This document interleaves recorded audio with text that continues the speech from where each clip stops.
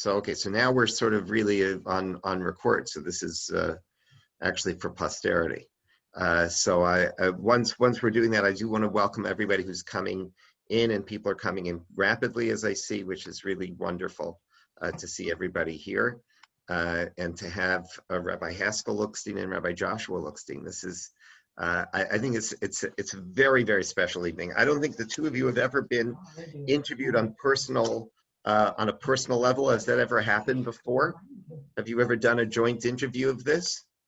No. Like this?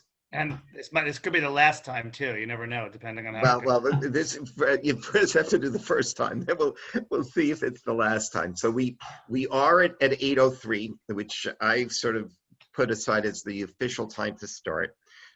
So first of all, we are thrilled to have, and I can't call them guests. So we're thrilled. I'm thrilled on this Thursday Night Live to be together with Rabbi Haskell Lookstein and Rabbi Joshua Lookstein. If you need me to just give their official titles, Rabbi Haskell Lookstein is the Rabbi Emeritus of KJ and the Principal Emeritus of Ramaz. Rabbi Joshua Lookstein is the head of school at Westchester Day School. And it is a really wonderful to have both of them with us this evening. I want to just start by saying that I can't really introduce them because they really don't require an introduction, but I do want to at least offer a thank you to them. And both of them have devoted their lives to the community, to the Jewish community, and to the Jewish people, and on behalf of Jews all over the world, whether it be in the Soviet Union, whether it be or the former Soviet Union now, or whether it be on Ben Yehuda during the Intifada, or whether it be the countless families and children which both of you have served and had an incredible impact on. I want to thank both of you. So it's not an introduction, it's really a thank you. And I know that everyone who is listening this evening would agree with me 100%. So just before we get started, as almost as an introduction, I want to mention a word from this week's Parsha. So in this week's Parsha, we have the mitzvah of building a mishkan, of building a sanctuary, and the most significant item in the sanctuary, and the first one that's enumerated, is the Aron, is the Ark of the Covenant. And in the Ark of the Covenant, it carried the luchos, it carried the tablets on which the 10 Commandments were written, which represent in a larger sense the entire Torah. And we're told that the Aron had 2 poles with which it was carried. But then there's a fascinating rule that the Torah tells us, that these 2 poles, lo yasuru mimenu, that you don't remove the poles from the Aron. You don't remove the poles from the Ark of the Covenant.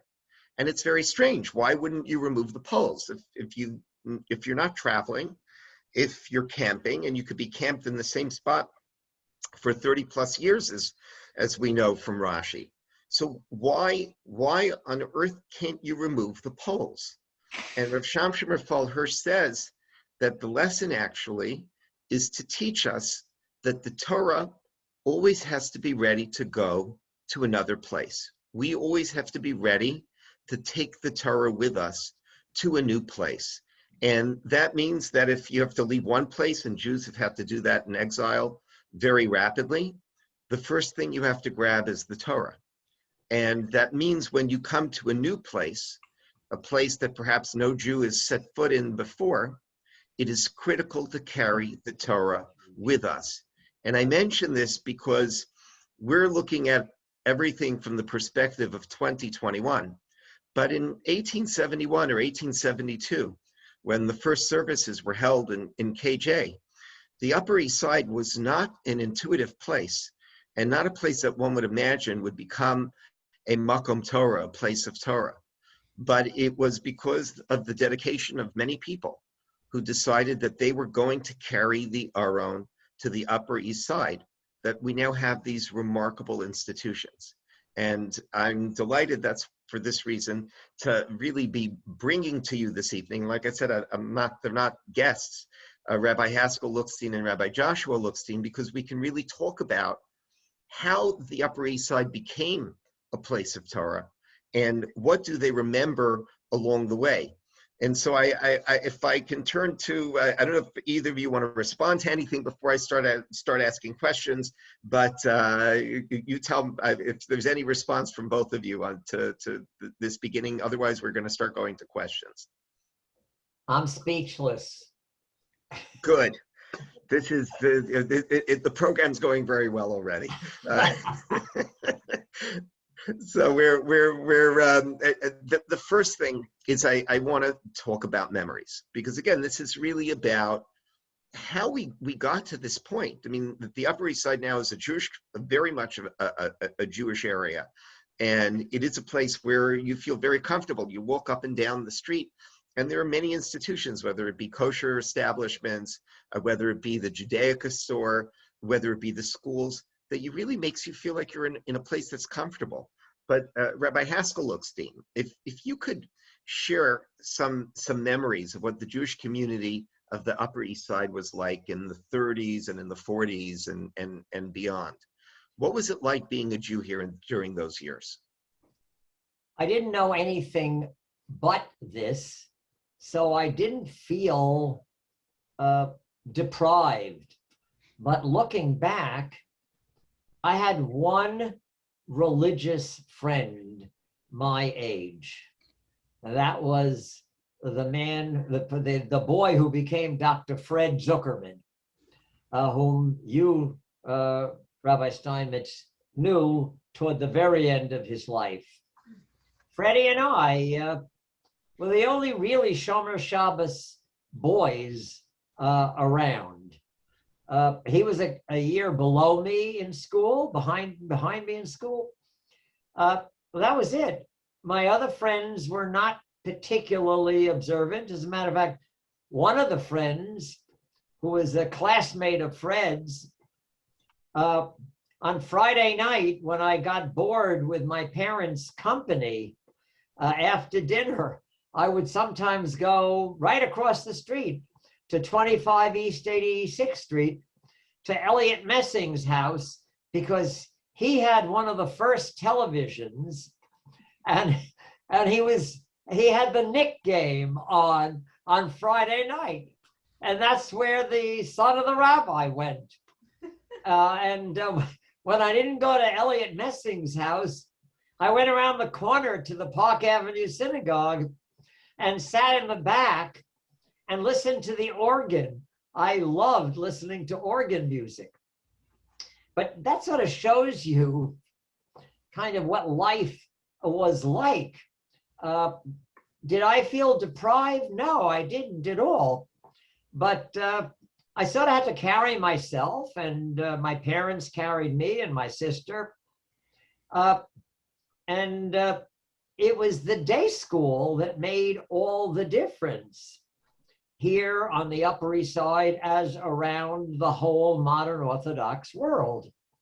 And as more and more people sent their children to Ramaz and other day schools, and then as graduates of those day schools started moving into the community, the whole picture changed radically.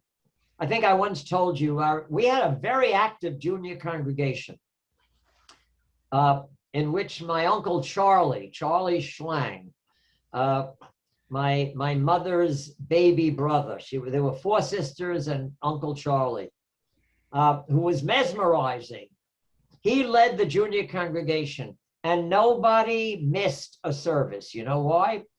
Because of Charlie Schlang's Dvar Torah each week, which he gave at the very end of the service. The Dvar Torah was a Lone Ranger story. And we all sat with rapt attention as the Lone Ranger and Tonto went about their business. And towards the end of the story, somehow the Lone Ranger was always hanging from a cliff by his fingernails. And Uncle Charlie said, okay, next week we'll continue the story. And nobody missed davening. because that's how good the junior congregation was. But I think it was a pretty small congregation. Right. I mean, Nevertheless, that's it was fun fascinating. growing up on the Upper East Side. Right. I mean, it's fascinating to me because, in other words, how an Orthodox community could take root in an area that seems so foreign to it is actually rather remarkable. I mean, it's a remarkable accomplishment that it was able to sort of take root over all the years in Well, this neighborhood. my father wanted to make Orthodox Judaism classy, and he wanted the shul to look like it. His goal was to make it as dignified as a Reform temple and as warm as a Hasidic shtibel. And I think he worked harder on the first part than actually on the second part, but to some extent, both parts were very, very important. You couldn't do it on Park Avenue if Ramaz was started as Ramaz Academy, not Ramaz School, and certainly not Yeshivat Ramaz. You know what clientele my father was looking for. He wanted a place where people who could just as easily be in Temple Emmanuel or the Park Avenue Synagogue or in public school would come to daven and would put their kids.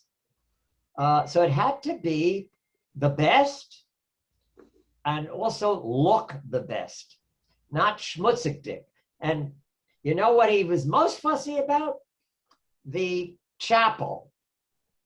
In most shuls, the best Sidurim and Chumashim were in the main synagogue. The chapel had the ones that were used and that were torn and that were, put together with spit and polish. My father wanted the best Sidurim in the chapel because that was the entry point for so many people. They were saying Kaddish. He wanted the chapel to look right and to be very, very dignified. And Rabbi Steinmetz, that's why you and I are both wearing ties tonight. And that other Rabbi Lookstein is now choking on his sweater because he doesn't want people to see that he's not wearing a tie. And look who's looking over his shoulder. That beautiful painting of my father. Josh, turn around and see what your grandfather's wearing. I figured he was wearing it. So there was at least one Lookstein in this house that was wearing Rabbi Lookstein wearing a tie. I didn't have to wear a tie. Well, Rabbi Josh, actually, this is a great segue to you. So your entry point into the community is many years later after the institutions are successful. It's the 70s and 80s, although it's also a time of a lot of social change. What do you remember as a kid, in this area and in the Upper East Side? So first of all, thank you for inviting me to this because it's a pleasure and it's an honor always to be on a panel with my father. And I appreciate you asking us to do this.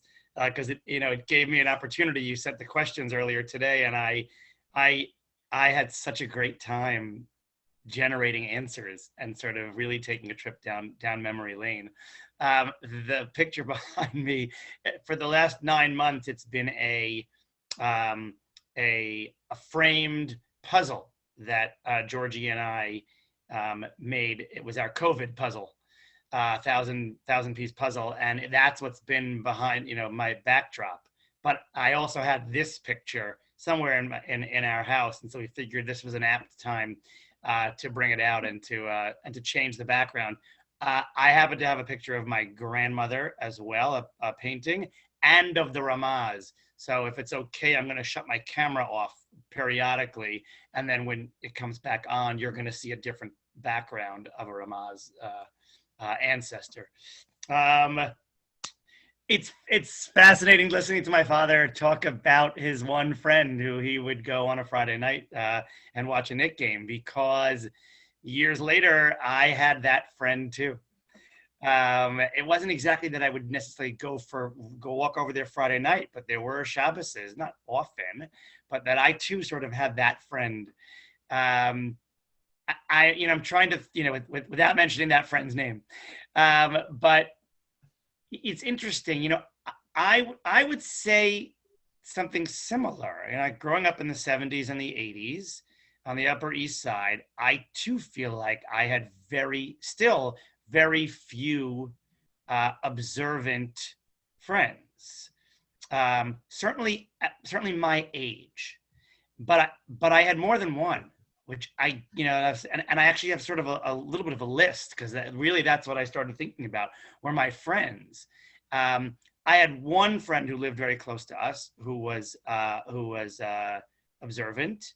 And then I had several friends who were not my age, and that became sort of more of my crew. So on a typical Shabbos, well, I shouldn't say a typical Shabbos. A part of a typical Shabbos for me was with Danny Silverman, and with Yankee Major, and with Stephen Gurwitch, and with Ann Gurwitch Schwartz, and with Debbie Major Schwartz, none of whom were my age. But because I didn't have an abundance of Shomrei Shabbat friends my own age, often I was with that group, and I feel like we spent countless Shabbatot together.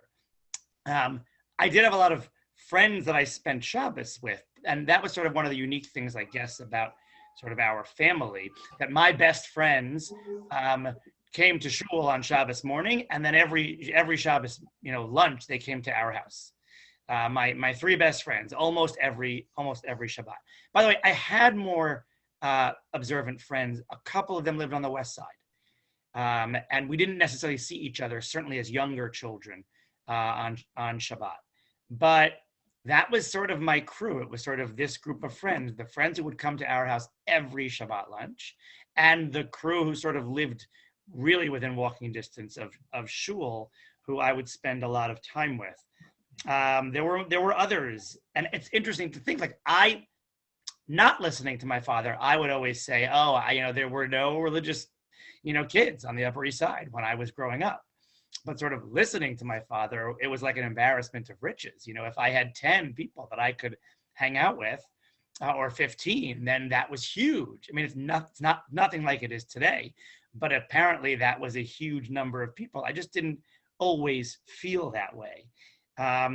But some of my memories from growing up on the Upper East Side, it included other people, right? There were the Brown children and the Eisenstats, who I always remember. The Eisenstadt children I was terrified of, because they thought that wrestling, like pro wrestling, they thought it was real. And so if you went into their house on Shabbos, they were doing all the moves that they saw. So, but the Eisenstats and the Browns and the Briskins and my friend Moshe Simon, and there were others, and we had a very, my father talked about sort of junior congregation. We had a very robust junior congregation on Shabbos morning, and we had an amazing father and son minyan, which, on Sunday morning, which everyone came to father and son minyan. Like, that was it. You got, you learned how to daven, you got breakfast and donuts, and then you played in the gym for 2 hours. And it's, and that was a regular part of my upbringing on the Upper East Side. And then continuing on Shabbos, the highlight of Shabbos was afternoon groups. And there, my group leaders were Jamie Lassner and Alan Brown and Ronnie Lewittis, and like these people who were sort of legendary, who we all wanted to grow up and become group leaders. And that was such a huge part of that. I have a whole bunch of other memories of sort of Mr. Rosenberg, Alav Shalom, who was such an important part of so many of my contemporaries, sort of religious upbringing and bar mitzvah training, and which I would eventually go on to do in a very different way. But that was also sort of amazing. Just one other memory was playing, baseball games in the park in Central Park on Shabbos afternoon, and everybody besides me was wearing, shorts and a t-shirt, and I wasn't wearing a tie. That's true, but I was wearing, more Shabbostic clothes. But it definitely felt like there was a community. It definitely felt like there was a community growing up with me on the East Side. So that's fascinating. And so I want to sort of dig deeper, and actually the next question sort of brings to that. In other words, the personalities around which these institutions were anchored, and really going back a little bit in the history. I mean, we're just as a sort of a preview. I mean, we in September, or on the Yamim Noraim of 2022, KJ will be 150 years old. And it's so important to just sort of hear the history and the stories. And so I'm going to start with Rabbi Haskell Lookstein again. If you could tell us a little bit about the Ramaz. I mean, obviously you were very young when he passed away, but there, certainly you have a personal memory, and then you have memories of what was passed down in the family. What do you remember most about the Ramaz? Sadly, I remember nothing directly about the Ramaz. He died on Elul 7, 1936. I was 4.5 years old. I was very close to him. He actually gave my father the idea for my name. I was named after Reb Chatzkel Lifshitz, the chief rabbi of Poland, who happened to be in America when my parents were married in June of 1926. And when I was born, and my father came to Rabbi Margolis and said to him, grandfather, Gutta hat gehat azun, Gertrude gave birth to a boy. And my great-grandfather, without apparently batting an eye, said, I just read in the paper that Reb Chatzkel Kalischer, Reb Chatzkel Lifshitz, died. He said this, of course, in Yiddish, because that was his language of communication. He said, maybe you'll give him a name, Chatzkel, and he should grow up to be a Reb Chatzkel. That's all you had to say to my father. It was signed, sealed, and delivered. But then something very interesting happened. My father said, what are we going to tell the women? Meaning my grandmother, my mother's mother, Rav Margolis's daughter, and my mother in Beth Israel Hospital. What are we going to tell the women? We're naming him after some Polish rabbi?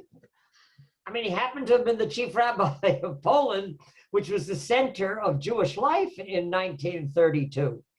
But still, as a Polish rabbi. So my great-grandfather, who had tremendous wisdom, not just a Talmud Chacham, but wisdom to advise people.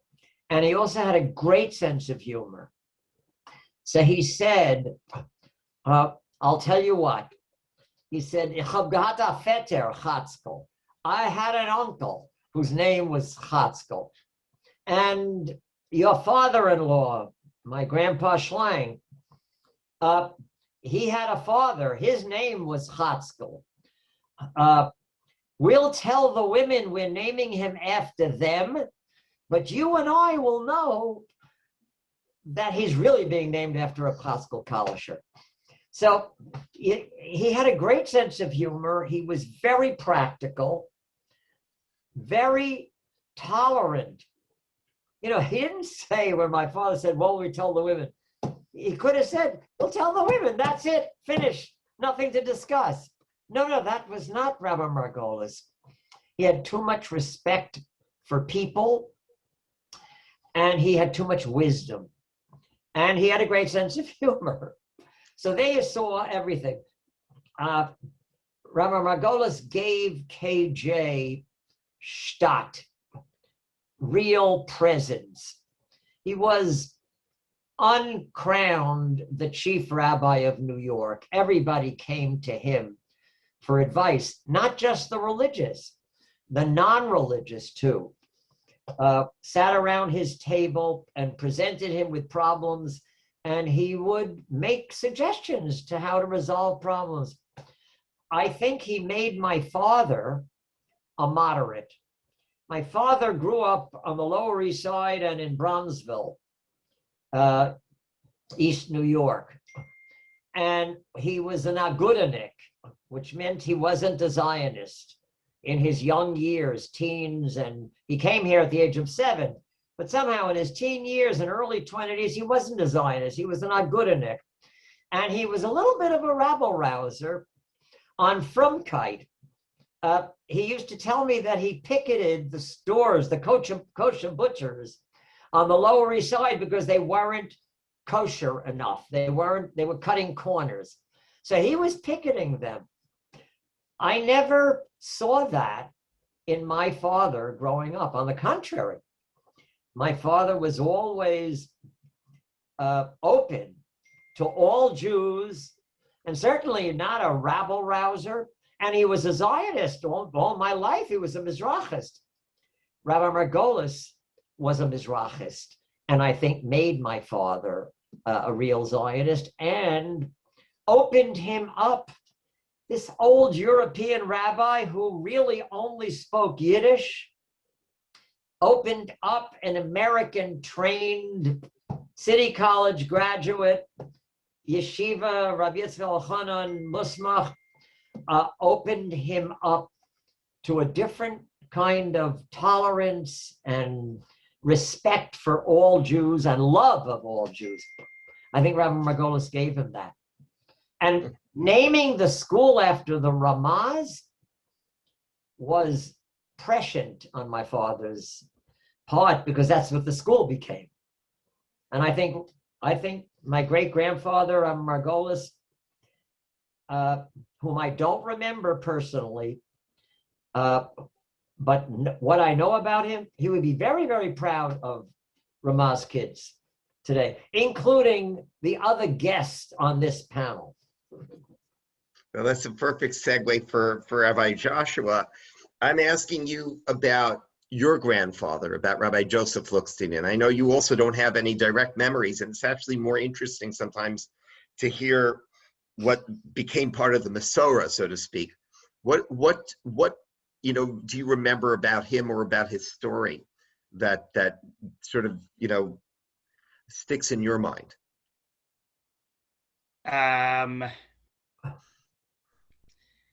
It's a great question. I feel like I started off a little bit the way my father started off, sort of in terms of the not knowing him.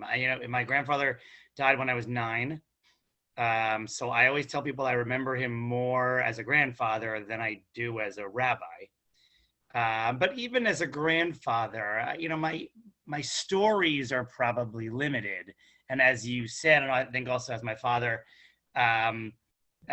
father sort of was saying also, like things there are some things I now know that sometimes I think I knew then, and I can't remember exactly what I really knew then and what I knew now. My grandfather used to call me Chuchikal. Always. I remember him being very formal.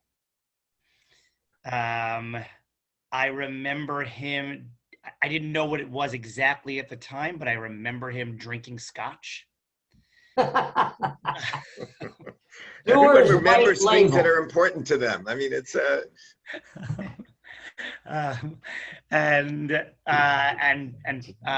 nuts. Were they peanuts? Dad, Mom, I'm not. They were shelled peanuts. I remember those. I'm not sure why we keep going to, I see Bob Kurzweil saying cigars. I only found out about the cigars, Bob Kurzweil, literally about 6 months ago. That I did not know about. So I, I have a sort of a funny memory also. I don't know why we keep coming back to TV when we weren't supposed to be watching TV, but I have memories of the world's being in their home on East 81st Street, in my grandparents' home on East 81st Street. And I was very little, and I remember, I guess I probably was disturbing somebody, and so I was in another room. Someone had put on the World Series, which of course I wasn't even a Yankee fan, but I have that sort of strange memory, an early sort of World Series memory. Some of it's food. I remember Kiddish in their in their home, which became Kiddish in my parents' home as well. The story. The grandfather that I wish I knew was the one who everyone says had the best sense of humor. I meet countless people now who tell me, rabbis who tell me that they used to go to his practical rabbinics class because it was the best entertainment that they could find. And then rabbis would sit and he would just make them laugh for the entire duration of the session. But I also heard, which no one's going to be surprised, that he was such an amazing speaker that so I remember someone once saying to me he could eulogize. Sorry, this is going to sound horrible to all the people he has eulogized, but he could eulogize a doorknob and make you cry. With his prose and with his and with his with his words and with his ideas. There are people who are sort of writing in the chat. My cousin Johnny Herman says the twinkle in his eye. It's true. Like, I remember him being.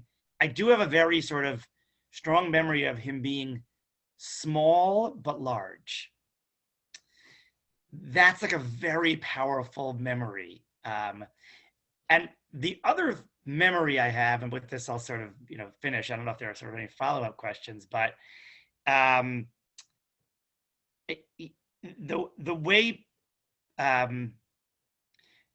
way people talk about him and the way my father speaks about him is that he was very much larger than life, and which is the way I look at my own father. And so I sort of imagine the person that I think is larger than life, who talks about someone else who was larger than life. I can't possibly, for such a small man, I couldn't possibly fathom how large this person was. And I would say those are sort of my memories. Those are remarkable memories. I don't know if either of you ever want to ask each other questions. You're more than welcome to do that as well. Like, it's not I'm not the only one who has a monopoly on questions, but that's really fascinating reminiscences. I mean, I think maybe the next question sort of brings us a little bit further on that topic. And I guess I'll go to Rabbi Haskell Lookstein first. But by the way, both getting this. Rabbi Steinmetz, you could call me on this panel, Rabbi Haskell, because for the first 21 years in the rabbinate, when I was the assistant to my father, I was known to everybody as Rabbi Haskell. I only became Rabbi Lookstein after my father passed away in 1979.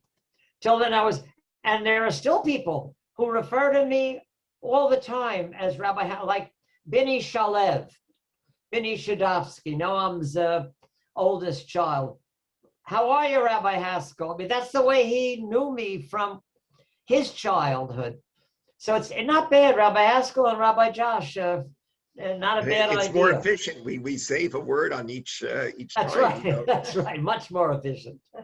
So Rabbi Haskell. So let's start with you. What was it like being the son of a rabbi? And being a son, and Well, that's particularly now that you've spoken about the Upper East Side, what was it like growing up being a son of a okay. rabbi? I'm going to answer it short, and then I'm going to really suggest that Rabbi Josh answer it honestly and in his own style. I'm going to say something that sounds very unusual.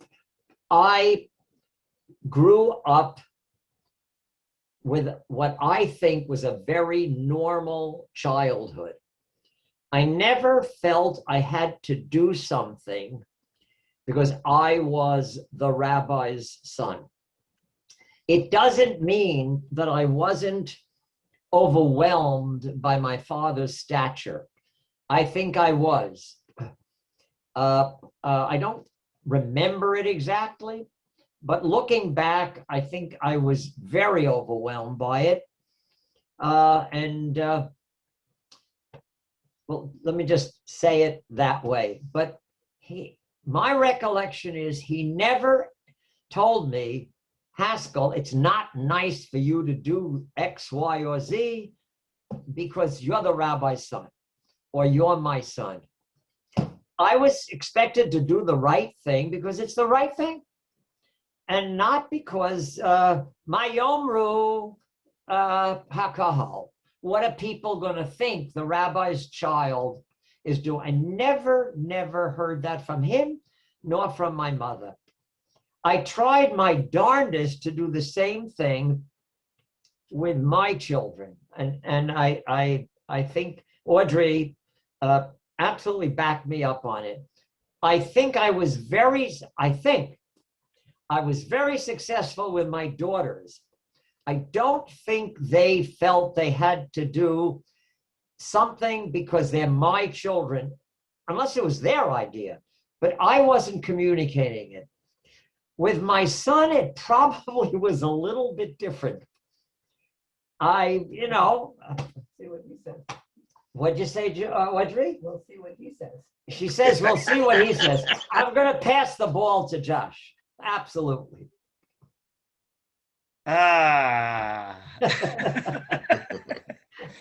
looking at the 220 people who the number. Yeah, 220. Larry just put in a comment in the chat. Grandsons and granddaughters may not agree. Why? I'm sorry, I missed that. Why? Larry just put in the chat. He said grandsons and granddaughters may not agree.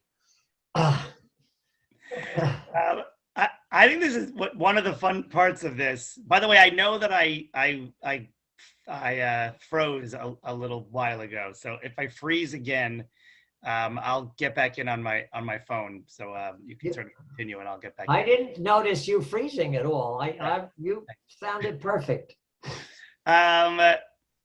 It's fun. It's sort of funny to there's a peanut gallery that I have several people texting me and some chatting on WhatsApp. I also have my 8-year-old who has entered the room. This is going to be a very interesting part of the of this session. I was going to say okay. Anyway, I had a different experience. I don't, it's hard for me to sort of say what the cause of it was. I don't necessarily remember my father's sort of role in it.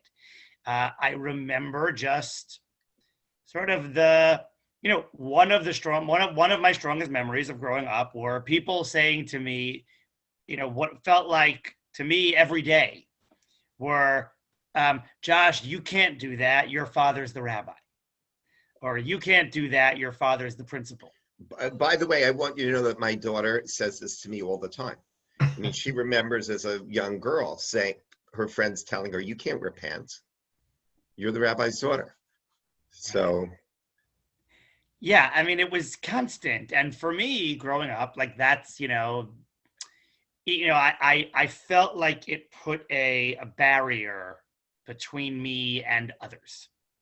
There was just sort of this, everybody else could do whatever they wanted. I'm not sure exactly what they were doing, but there was, whereas I was the rabbi's son, and therefore There were things I could do, and there were things that I couldn't do. So that was sort of on the shul side. On the school side, it was way worse. Because starting in about fourth grade, I mean, some of you will be very shocked to hear this, but I was not the greatest student, and I was not the most well-behaved student. Well, that's why you're running a school. Correct. This is the part that I feel like my daughter is going to remember. But I, I mean, those were, starting fourth grade, literally, which I remember as being the year that they put all of my best friends in the same class with me. And clearly that was it. It had nothing to do with whatever ADD, undiagnosed ADD I had as a child, because we didn't know what that was back then.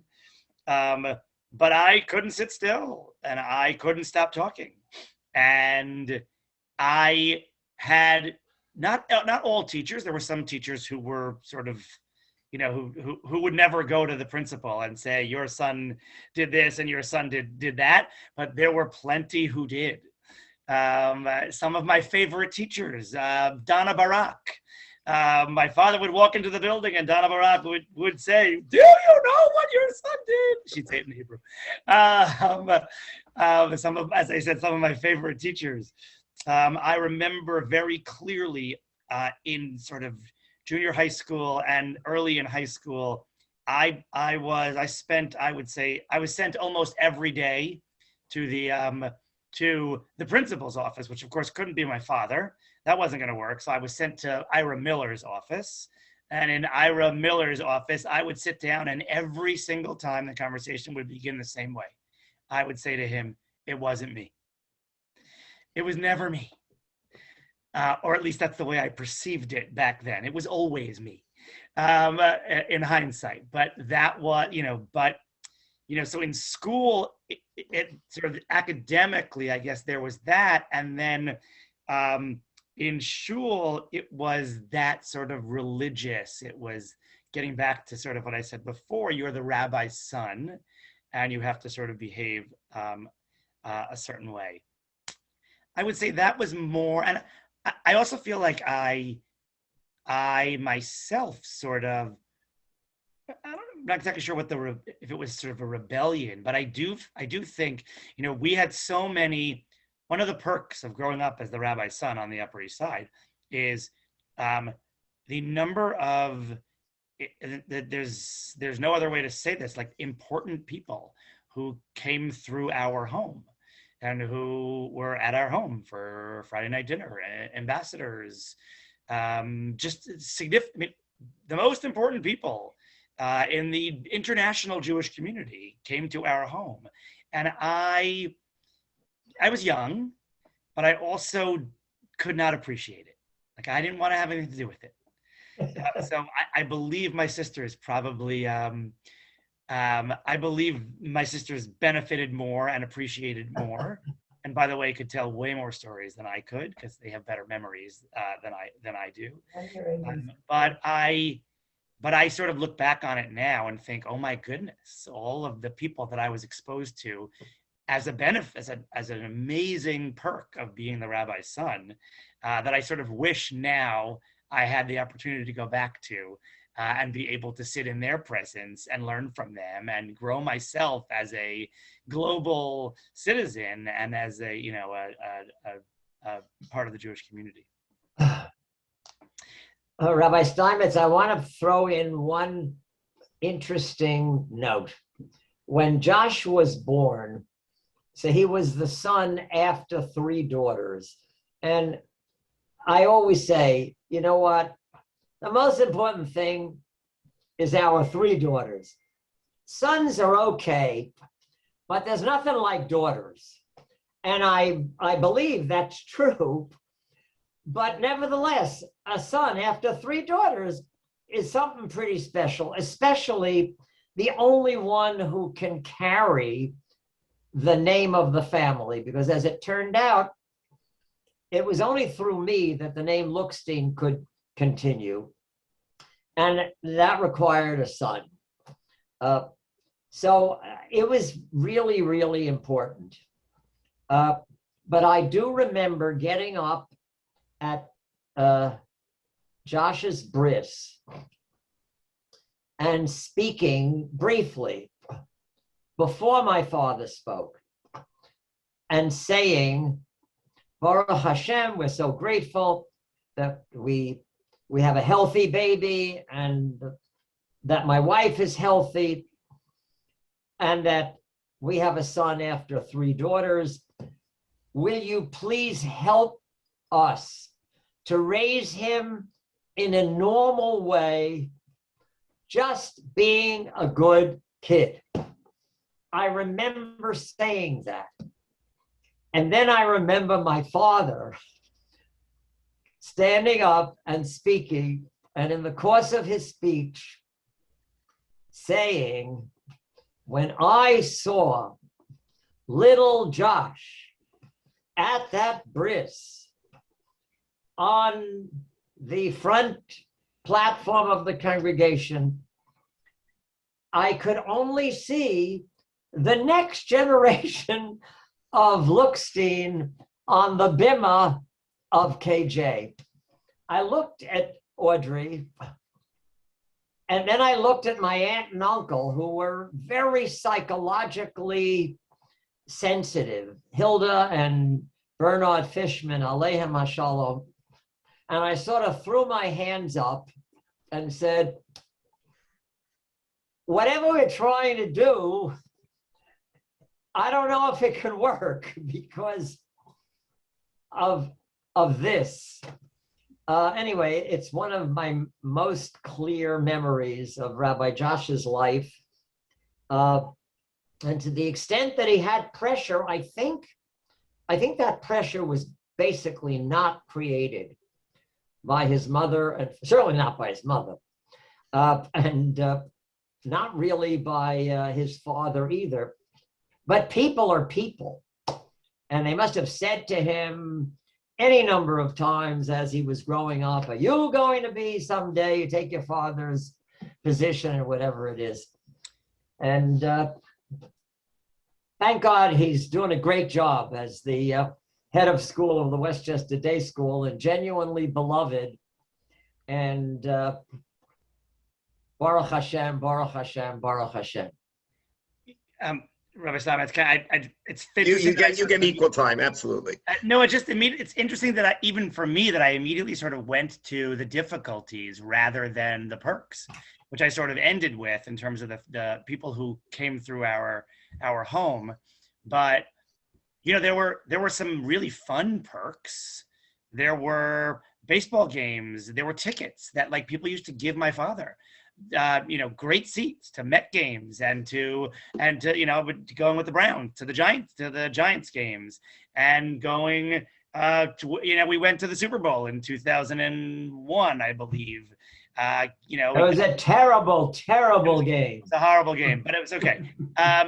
Get tickets from people who loved my parents and who enabled us to go and enabled us to do amazing things.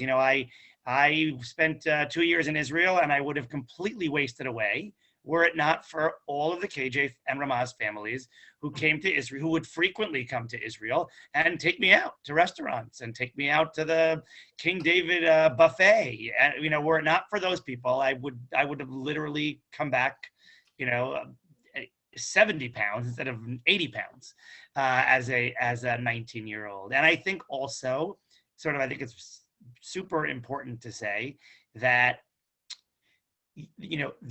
there was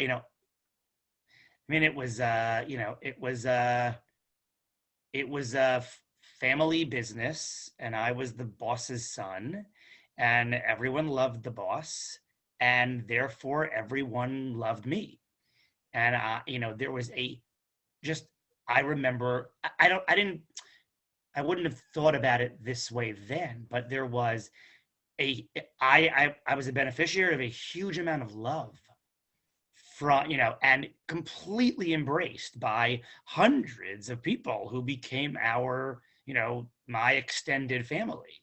And I could, list all of these, legends of KJ, the Eisenstadts, the Rocklands, the Baronies, the Smilos, I mean, like, the Lorches, the Gottesmans, people who I mean, like, I could name 100 of them who I felt really looked after me, and really, always wanted the best for me. I mean, I feel bad not mentioning all of them. I'm sort of like looking around Shul, sort of at the people that I sort of remember. But it was endless. It was just an endless number of people who loved me, and who looked out for me. And that's something that doesn't necessarily get spoken about. That's something. I wanted for the little bit. We're going to go a drop over time. I'm just warning everybody.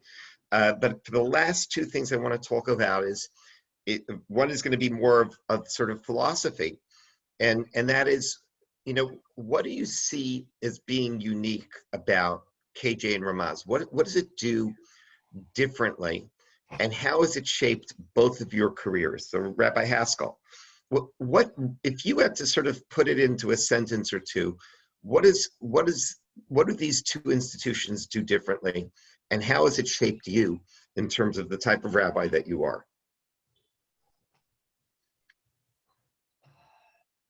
That's a very, very big question. Really, really big question. I would say, I would pick up on something that my father, Olav Hashalom, used to say very regularly. I love all Jews except a Jew who doesn't love other Jews. I think KJ and Ramaz institutionally, and through the original leadership of a man I don't remember personally, my great-grandfather, Rabbi Margolis, Ramaz, and my father, I learned to do that.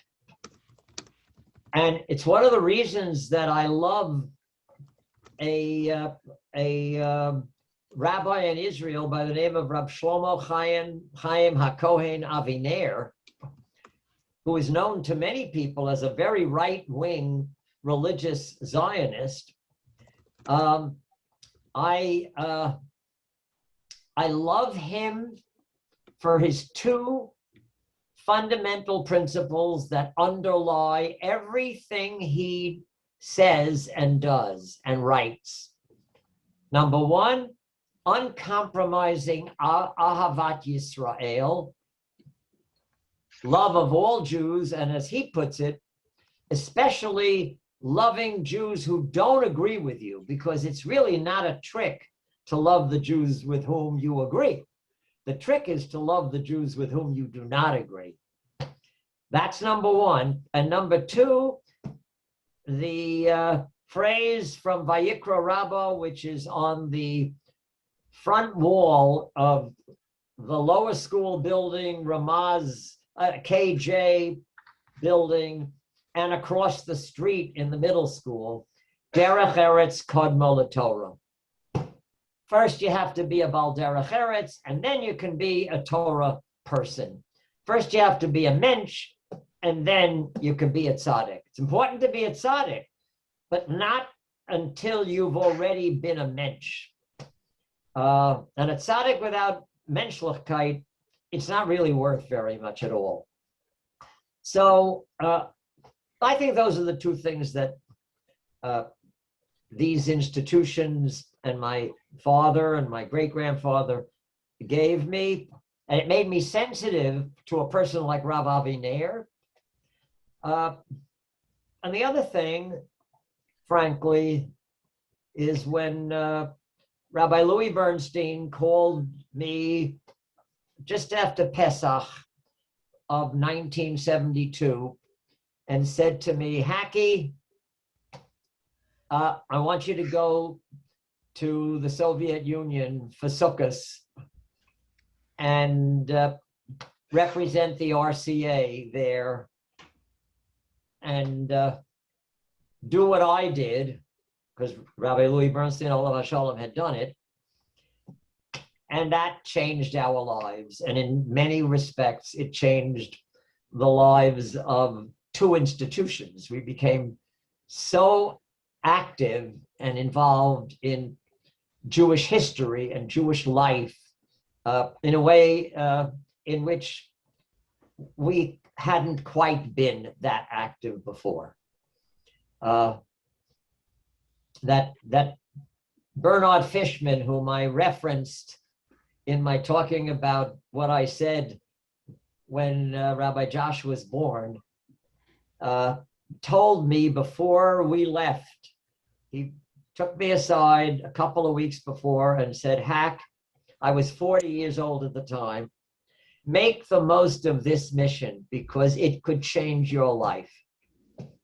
How absolutely wise and prescient he was. I don't know what I've left for Rabbi Josh. Well, Rabbi Josh, I think wants to move on to the next question, unless you want to say something about this as well. I'll say this quickly. I mean, I'll say this as quickly as I can. I think one of the things that KJ does that's remarkable, has always been remarkable, is their focus on community. You know, unfortunately, it's so hard nowadays with all these, you know, with multiple minyanim. But I feel like it took, you know, KJ was like one of the last holdouts. Because I think, you know, I think KJ, the rabbis in KJ felt like, you know, there were some people, who felt like, why do I have to listen to Rabbi Lookstein's bar mitzvah speech about about a child that I don't even know? And the answer is because that's what community is. Community is not just like being with the people that you are always with. Community means supporting each other and celebrating each other, and specifically being with and becoming close to people who you don't have as much in common with, and whether you're young or you're older or you're somewhere in between. Like that, community is made up of all kinds. It's not just made up of like people, which of course today, like all, you know, that's taken, you know, to a huge extreme. But I always feel like that's where I learned my value of community, which is something that I think I try to bring to Westchester Day School as well, and it's a core value of the school. That's one. Two, my father spoke about it, sort of the activism and sort of going to the former Soviet Union. You know, no, I don't know any other communities and schools where they, you know, someone's in need. There's someone needs a rally, and we go to the rally. Like, it's not a question. It's not a should we go? Let's make a decision tomorrow. We'll figure it out. Like it's just obvious. If there's someone, if there's a cause, if there's a need, then we go and we vote. You know, we vote with our feet. So I think that's also something unique. And obviously, just in general, like to talk about my career and not say, you know, sort of the influence that that my father and my parents, you know, both have had on my career would be to sort of take out, you know, my career, basically. And, you know, that I can go on and on. You know, I'll say just two quick things. One is my father, I think people know this. I hope they know this. My father has a file. Do they know about your file of letters dictated?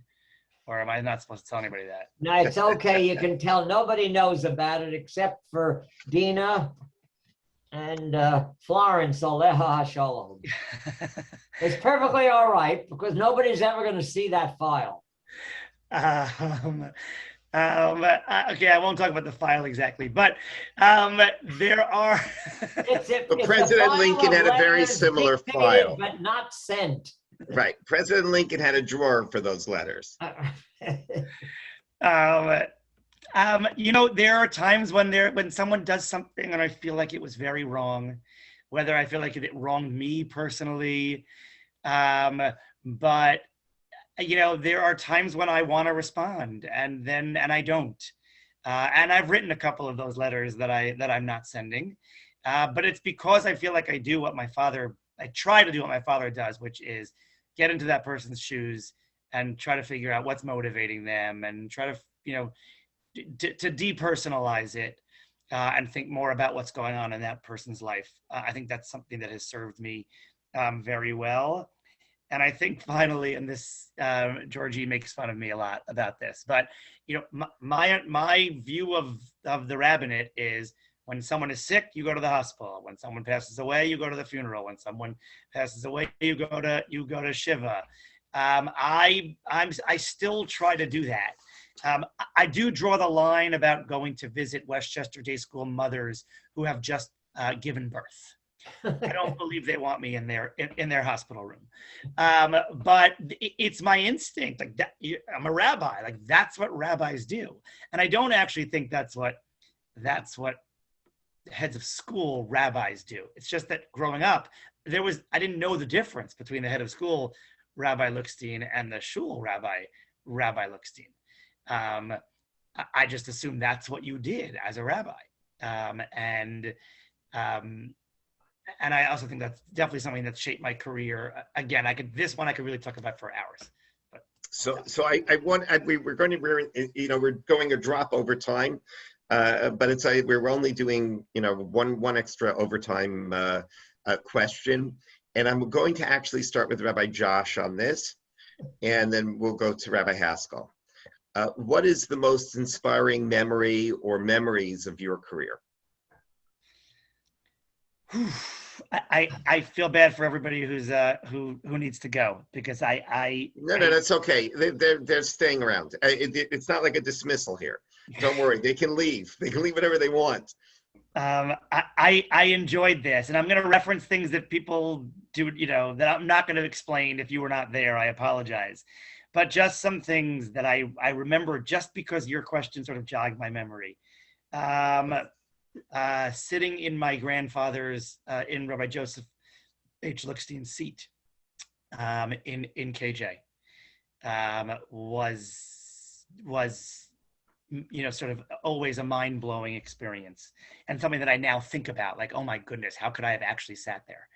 I remember one of my first sermons about a klal conference that I gave, which had it turned out to be just a really funny joke, which I'm not going to tell now, but people still come up to me now and then and say, I was at your speech when you told the following story.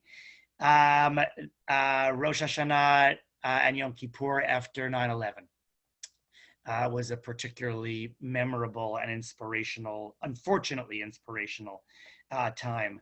I have a strange memory that I'm sure other rabbis have all the time, but of giving a Shabbos afternoon Gemara shiur and I remember like it was yesterday. It was Barry Best, who at one point said, Rabbi Josh, what you're teaching now, last year you taught something that contradicted what you're teaching now. And I couldn't believe, I had no idea what I had taught the year before. I couldn't fathom that someone was listening so carefully that they remembered something that I had taught a year ago.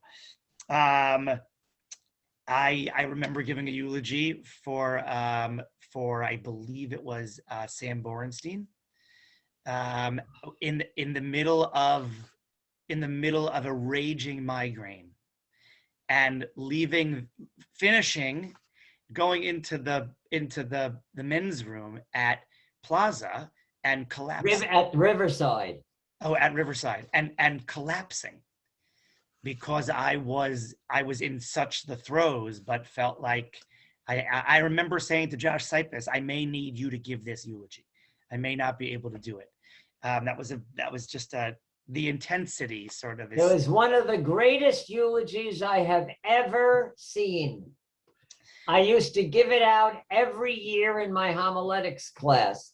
It was a perfect example of how to eulogize a wonderful, wonderful man with a reference to Pesach, because it was almost Erev Pesach. I think I can repeat that eulogy almost word for word, which I can't do about 98% of my eulogies. I see. I just saw something come in from David Kahn. Like I was thinking about sort of the royalty at KJ, and I left out the Grosses and the Kahns and the Kuehls and the Lindenbaums and the Stearns and the, oh my goodness, I could really continue. Inspiring me, my memories are the people that I worked with. I need to give a special shout out to Lenny. I don't know if he's on or not, but you know, and many other people, but the people that I worked with were inspiring to me when I was at KJ. I remember just the energy of Ramaz, and that still inspires me. Getting to watch my father, obviously, every so often people telling me that Debbie Doppel just wrote something, and the Lowe family as well. Again, I could sort of keep going. But I want to finish with something that was a moment, that was a very important moment for me. And I think I want to sort of focus it on my father, which was that September 11th, that the Rosh Hashanah, September 11th, since 2001. And I remember just how intense everything was. And I remember, you know, every rabbi had to rewrite their speech, and then try to heal and say something important to thousands of people. And I just remember it being the most exhausting experience of my life. And I remember towards the end of the second day of Rosh Hashanah thinking, all I want to do is go home after Maariv and get into bed and pull the covers up and turn the TV on. That's all I wanted to do.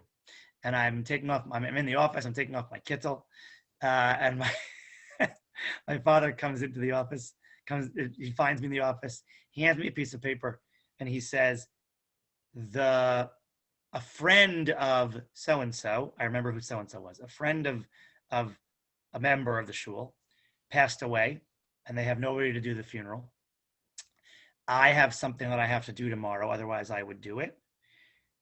Here's the address. The family is waiting for you.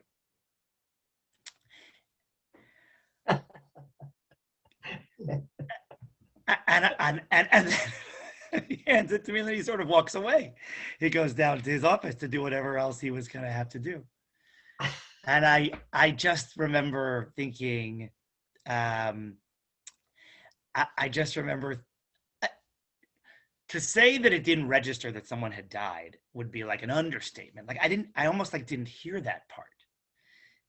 I was so focused on like, what do you mean? Like, I can't do anything now. I need to get into bed. And I don't understand this, let alone having to go to the family's home, then learn about a person I'd never met before, sit with them for an hour and a half, come home, write a eulogy about a person I'd never met before, instead of going home and getting into bed. And I you know, sort of looking back on it, what I take from the story, I mean, I took a lot from the story, but one of the things I take from the story is sort of how normal it was for my father. Like, someone passed away. There is a family that's in pain. And what we do as rabbis is we help people who are in pain. And again, that's not what I was thinking in the moment. I don't want everyone to think sort of like that was like that. I had much clarity in the moment. In the moment, I know what my clarity was. But it's just, you know, sort of later on in life, thinking about sort of my thinking at that moment and my father's thinking at that moment is just what I think, you know, sort of getting back to sort of what, you know, that's my, you know, that's my inspiration. And that's, you know, And I also sort of, I see my mother sitting behind my father, always sitting behind my father. I feel like if Georgie was sitting behind me, she'd be part of the wall. There's no behind here. But all of my memories include my mother, and my family, who was so supportive of me while I was at KJ, and afterwards. And the last thing I just will say was the right. Alan said, because that is what we do. Just sort of when in the end, the decision was that I would step down. I also was inspired by all the letters that I got.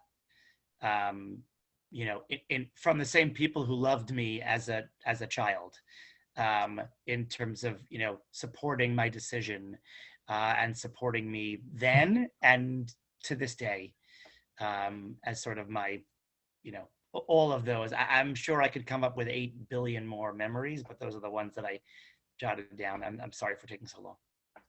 So, Rabbi Haskell, do you want to, add in one more? We're a little over time, but Yeah, please no, add in it's something that really inspired you during your career.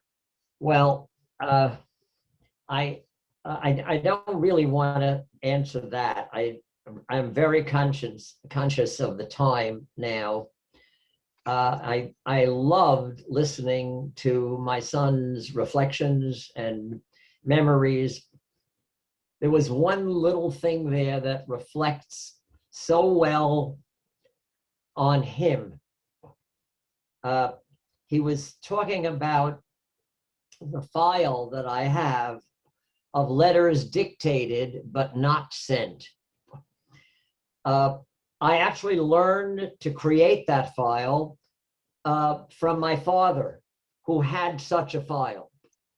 And it was his way of getting it off his chest, what he really wanted to say, but knowing very well that he could not possibly have said that to the person to whom he was addressing this letter.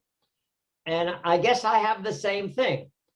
I'll get it off my chest, dictating it into my machine, and Florence, Aleha, Shalom, and now Dina will type it out and could say to me, quite possibly, Rabbi, you don't really want to send this letter, do you?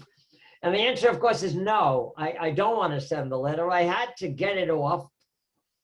But he gave it a different twist. And it's really, I'm very impressed with that twist.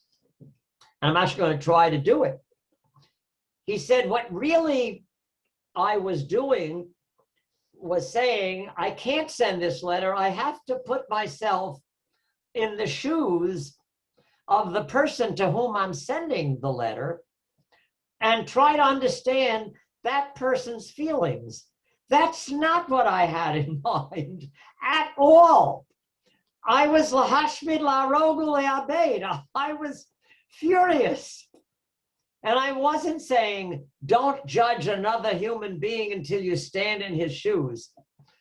But that's why the fourth generation from Rabbi Margolis is an improvement on at least the previous 2 generations.